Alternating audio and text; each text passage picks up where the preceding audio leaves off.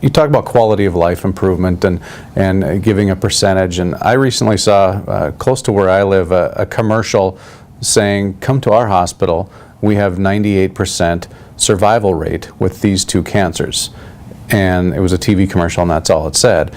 So when people hear that, they think, great, I'm going to go there, although it doesn't say what survival rate is, how long that is, quality of life, things like that. So when people are trying to find solutions to a cancer that they have, how do they know where to look when you see things like that, that it maybe is a little bit more deceiving than at first glance? That's right, because they didn't even say what type of cancer, right, Scott? So it could have been, was it? I think it said like a head and neck, Wow. and they left it at that. So again, Yes. open to a lot of things. Right. Head and neck cancers are notoriously one of the most aggressive type cancers, right?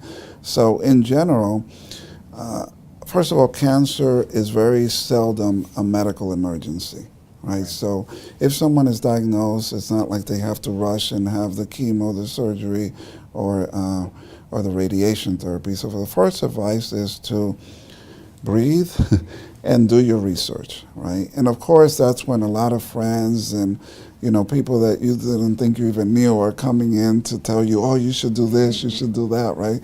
So that adds to the confusion. And then you have Mrs. Google, and I think Google is a lady because she just knows too much, right?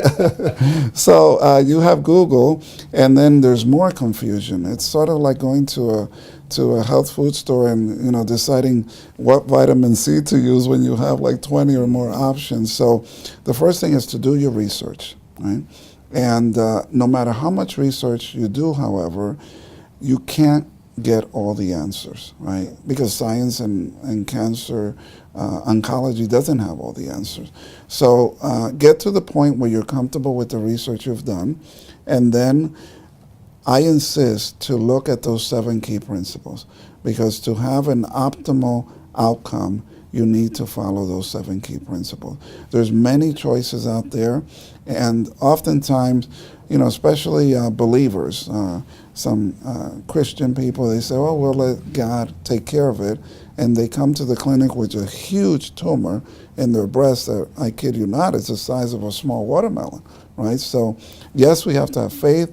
We have to think positive, work on our emotional baggage, which we all carry stuff, but we have to be proactive, right? And so in that proactivity is the research, and then ultimately making a gut or spirit-filled decision, because even in the first class of medical school, the first thing they teach you is the doctor-patient relationship, right?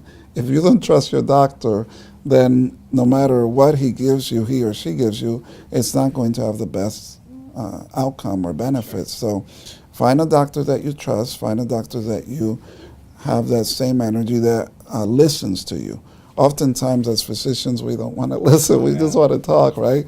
So listen to our patients and see where they're coming from, what their experiences are with, because now everybody has a story of someone that they know that did this or did that for cancer therapy. And so it's put the onus on the doctor to listen and to answer your question. So I'm not sure, Scott, if I truly answered your question, but it's to be calm, do your research, find a doctor you trust, and work on those, fulfilling those 7 key principles.